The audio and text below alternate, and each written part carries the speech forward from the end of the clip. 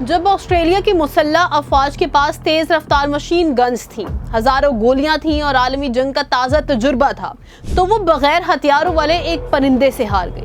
مگر کیسے؟ یہ کہانی بہت ہی دلچسپ ہے کہ انسانوں کی فوج کو پرندوں نے شکست دے دی۔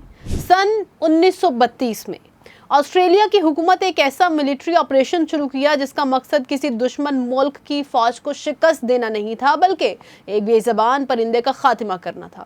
لیکن اس آپریشن کا جو نتیجہ نکلا، اس نے دنیا کی سب سے جدید ملٹری فارمیشنز میں سے ایک کو تاریخ کے سب سے بڑے مذاق میں بدل دیا۔ معاملہ صرف ایک پرندے کو مارنے کا نہیں تھا، بلکہ اس کے پیچھے ایک گہرا معاشی اور سیاسی بحران چھپا ہوا تھا۔ پہلا عالمی جنگ ختم ہونے کے بعد پوری دنیا کی طرح آسٹریلیا بھی شدید معاشی بحران کی زد میں تھا۔ کسان اپنی زمینوں پر فصلیں اگانے سے قاصر تھے، کیونکہ مارکیٹ میں قیمتیں اتنی گر چکی تھیں کہ فصل کی لاگت بھی پوری نہیں ہو رہی تھی۔ حکومت نے کسانوں کو دلاسا دیا اور گندم کی زیادہ سے زیادہ پیداوار بڑھانے کا مطالبہ کیا۔ ساتھ ہی یہ وعدہ کیا کہ حکومت خود اچھے ریٹس پر گندم خریدے گی۔ لیکن جیسے ہی فصلیں تیار ہوئیں، حکومت اپنے وعدے سے مکر گئی اور کسانوں کو معاشی طور پر اکیلا چھوڑ دیا۔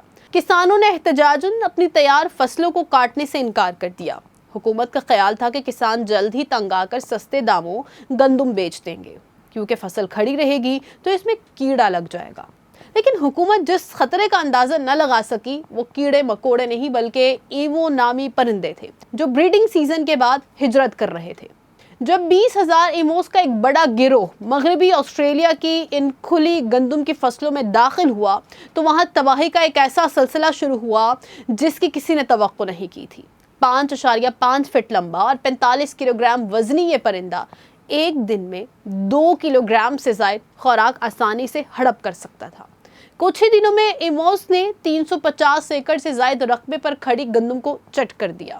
کسانوں کا غصہ اور معاشی نقصان جب حد سے بڑھنے لگا تو آسٹریلین حکومت نے اس مسئلے کا ایک حل نکالا، جسے انہوں نے ملٹری آپریشن کا نام دیا۔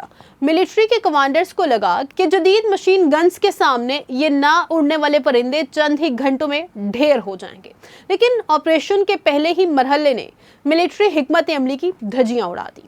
نومبر 1932 میں جب فوج نے پہلی بار ایموز پر مشین گنز کھولی تو پرندوں نے کسی منظم فوج کی طرح رویہ اختیار نہیں کیا، بلکہ وہ مختلف سمتوں میں بکھر گئے۔ ایمو کی ٹانگیں اتنی طاقتور ہوتی ہیں کہ وہ 70 کلومیٹر فی گھنٹہ کی رفتار سے بھاگ سکتا ہے۔ پہلی فائرنگ کے بعد صرف 5 سے 7 پرندے مارے گئے اور باقی ہزاروں پرندے سیکنڈز میں غائب ہو گئے۔ فوج نے اپنی ناکامی کو دیکھتے ہوئے اگلی بار گھات لگا کر حملہ کرنے کا فیصلہ کیا۔ تقریباً 1000 ایمو کو ایک جگہ گھیر کر جیسے ہی مشین گنز کا ٹریگر دبایا گیا، چند سیکنڈز میں ہی مشین گن جام ہو گئی۔ اس سے پہلے کہ ساہی وال یا دیگر فوجی رائفلوں کو ٹھیک کیا جاتا، ایموز کا پورا گروہ دوبارہ نظروں سے اوجھل ہو گیا۔ فوجیوں نے جلد ہی ایک حیران کن بات نوٹ کی۔ ایموز کے ہر گروپ کا ایک لیڈر ہوتا تھا جو خود فصل نہیں کھاتا تھا، بلکہ اونچی جگہ کھڑے ہو کر فوجیوں کی حرکت پر نظر رکھتا تھا۔ جیسے ہی فوجی قریب آتے، وہ لیڈر اپنے گروپ کو الرٹ کر دیتا اور پورا ڈسٹربنس ایریا خالی ہو جاتا۔ یعنی آسٹریلین ملٹری جس فوج سے لڑ رہی تھی، اس کے پاس بغیر کسی ریڈیو مواصلات کے ایک بہترین دفاعی نظام موجود تھا۔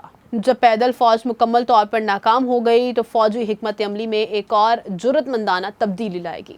مشین گن کو ایک تیز رفتار گاڑی کے پیچھے فٹ کیا گیا تاکہ بھاگتے ہوئے پرندوں کا تعاقب کر کے نشانہ بنایا جا سکے۔ لیکن یہ پلان بھی ناکام ہو گیا، کیونکہ ناپائیدار اور کچے راستوں پر چلتی گاڑی سے 70 کلومیٹر کی رفتار سے بھاگتے پرندے پر نشانہ باندھنا تقریباً ناممکن ثابت ہوا۔ حد تو تب ہو گئی جب ایک زخمی ایمو بھاگتے ہوئے گاڑی کے اسٹیئرنگ وہیل میں جا پھنسی اور گاڑی جھاڑیوں میں جا کر تباہ ہو گئی۔ 2000 گولیاں ضائع کرنے کے بعد حاصل صرف 200 ایموز کی موت تھی۔ کچھ ہفتوں کی مسلسل ناکامی اور 10,000 سے زائد گولیاں ضائع کرنے کے بعد جب یہ معاملہ آسٹریلیا کی پارلیمنٹ میں پہنچا تو اپوزیشن نے حکومت کا شدید مذاق اڑایا۔ ایک ممبر پارلیمنٹ نے یہاں تک کہہ دیا کہ اس جنگ میں کسی کو تمغہ دینا چاہیے تو وہ ایموز ہیں، جنہوں نے آسٹریلیا کی بہترین ملٹری کی 90% گولیوں کو چالان سے ڈوچ کیا۔ اس آپریشن پر اس دور میں $500 خرچ ہوئے تھے، جو آج کے حساب سے $100,000 سے بھی زیادہ بنتے ہیں۔ اتنے بڑے معاشی اور فوجی نقصان کے بعد آسٹریلین ملٹری نے گھٹنے ٹیک دیے اور آپریشن کو سرکاری طور پر بند کر دیا گیا۔ لیکن اصل سوال یہ پیدا ہوتا ہے کہ جب جدید ترین ہتھیار اور منظم ملٹری کی طاقتیں قدرتی ماحول کے سامنے ناکام ہو جائے تو کیا انسان کو فطرت کے نظام میں زبردستی مداخلت کرنی چاہیے یا حکمت عملی بدلنی چاہیے؟ اگر آپ کو ایسے حالات میں فیصلہ کرنے کا موقع ملے تو کیا آپ ایک بے سود فوجی آپریشن پر لاکھوں ڈالر خرچ کرتے رہیں گے یا فطرت کے ساتھ موافقت پیدا کرنے کے لیے مقامی تحفظ کے قدرتی طریقے اپنائیں گے؟